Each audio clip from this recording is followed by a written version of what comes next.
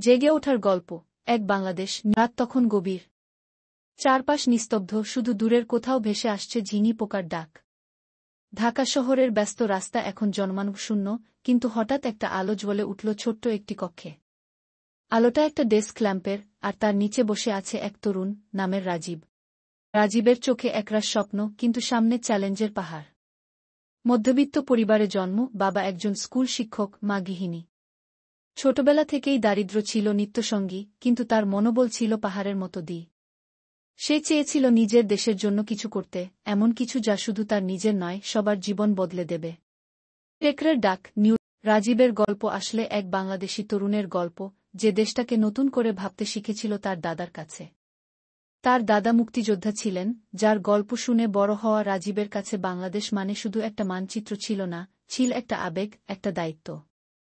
ছেলেবেলায় রাজীব যখন ক্লাসে বসে পড়ত, তখন তার দাদা বলতেন, জানিস, এই দেশটা শুধু মাটির নয়, এটা আত্মত্যাগের গল্প। তোর দায়িত্ব এই দেশটাকে আরও সামনে এগিয়ে নেওয়া। কথাগুলো মাথায় নিয়ে বড় হয়েছে সে। ছোটবেলায় যখন বিদ্যুৎ চলে যেত, সে মোমবাতির আলোয় পড়ত।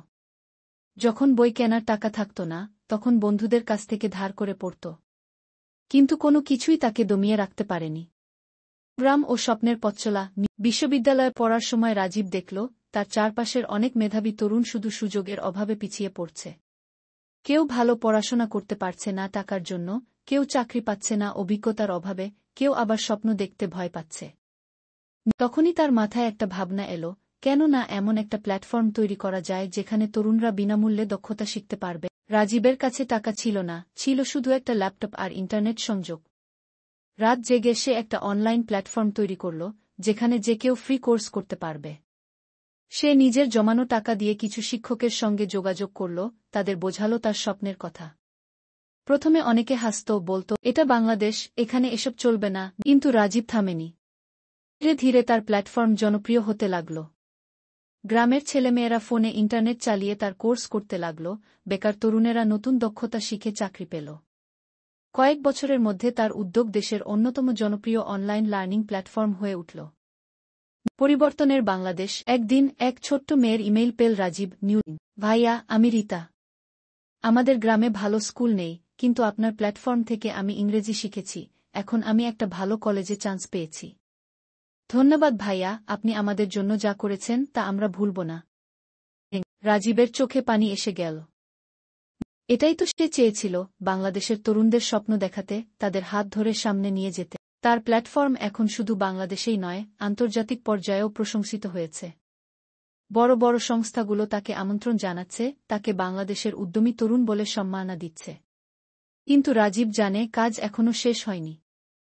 শক্তি, সাহস আর সম্ভাবনার দেশ। বাংলাদেশ মানে শুধু সমস্যা নয়, এটা সম্ভাবনার দেশ। যে দেশ একদিন দুর্নীতির কারণে পিছিয়ে ছিল, সে দেশ এখন স্টার্টআপ, আইটি, গার্মেন্টস, কৃষি ও বৈদেশিক কর্মসংস্থান দিয়ে এগিয়ে যাচ্ছে। যে দেশকে একসময় তলাবিহীন ঝুড়ি বলা হতো, সে দেশ এখন নিজস্ব অর্থায়নে পদ্মা সেতু বানিয়ে বিশ্বকে তাক লাগিয়ে দিয়েছে। রাজীবের মতো হাজারো তরুণ আজ স্বপ্ন দেখছে, নতুন কিছু করছে, দেশকে বদলে দিচ্ছে। এই দেশ সেই বাংলাদেশ, যে তার সংগ্রামের গল্প দিয়ে প্রমাণ করে, আমরা পারি, আমরা জিতব। শেষ কথা। রাজীবের ল্যাম্পের আলো আজও জ্বলছে। সে জানে, যতক্ষণ পর্যন্ত একজন তরুণও স্বপ্ন দেখতে ভয় পায়, ততক্ষণ তার কাজ শেষ হয়নি। এটাই বাংলাদেশ। এটাই জেগে ওঠার গল্প।